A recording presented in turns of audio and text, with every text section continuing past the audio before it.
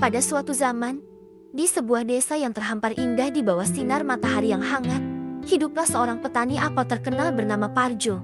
Ia telah mengabdikan hidupnya untuk menanam dan merawat pohon apel yang subur di ladangnya. Setiap musim panen, pohon apelnya berbuah melimpah, membuatnya merasa bahagia melihat hasil kerja kerasnya terbayar.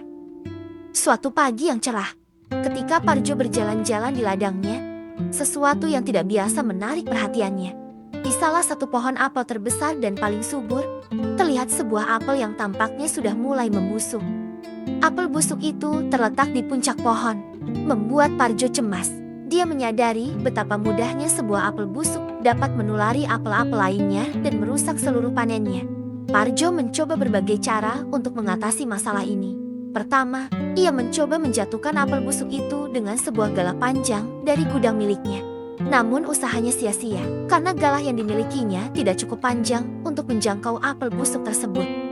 Ayunan galah itu malah menjatuhkan beberapa apel yang masih bagus dari pohonnya. Parjo kemudian mencoba menggunakan ketapel, tetapi bahkan dengan segala usahanya, hasilnya tetap tak memuaskan. Beberapa apel yang bagus justru terjatuh karena tembakan ketapelnya melenceng.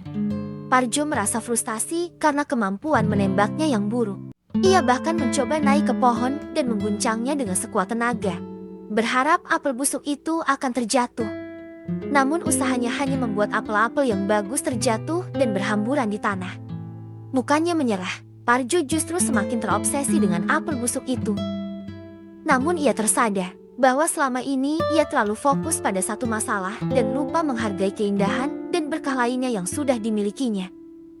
Setelah memandangi ladangnya dengan cemas, Parjo menyadari bahwa dalam kehidupan, kita terkadang terlalu fokus pada satu masalah, sehingga lupa menghargai kebaikan di sekeliling kita.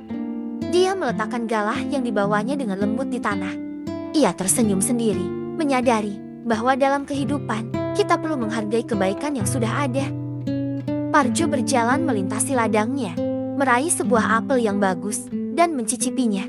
Rasanya segar dan manis, membuatnya bersyukur atas hasil kerja kerasnya. Ia memutuskan untuk tidak terlalu khawatir tentang apel busuk itu dan lebih menghargai apel-apel bagus yang telah diberikan kepadanya. Dari pengalaman ini, Parjo belajar bahwa terkadang kita terlalu terpaku pada masalah kecil sehingga melupakan kebaikan yang sudah ada di sekeliling kita. Parjo berjanji untuk selalu bersyukur atas segala berkah yang telah diberikan kepadanya dan tidak lagi terjebak dalam perasaan cemas yang berlebih.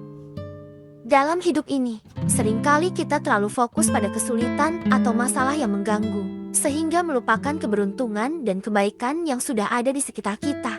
Semoga kisah Parjo ini mengingatkan kita untuk selalu mensyukuri hal-hal baik yang telah ada dalam hidup kita.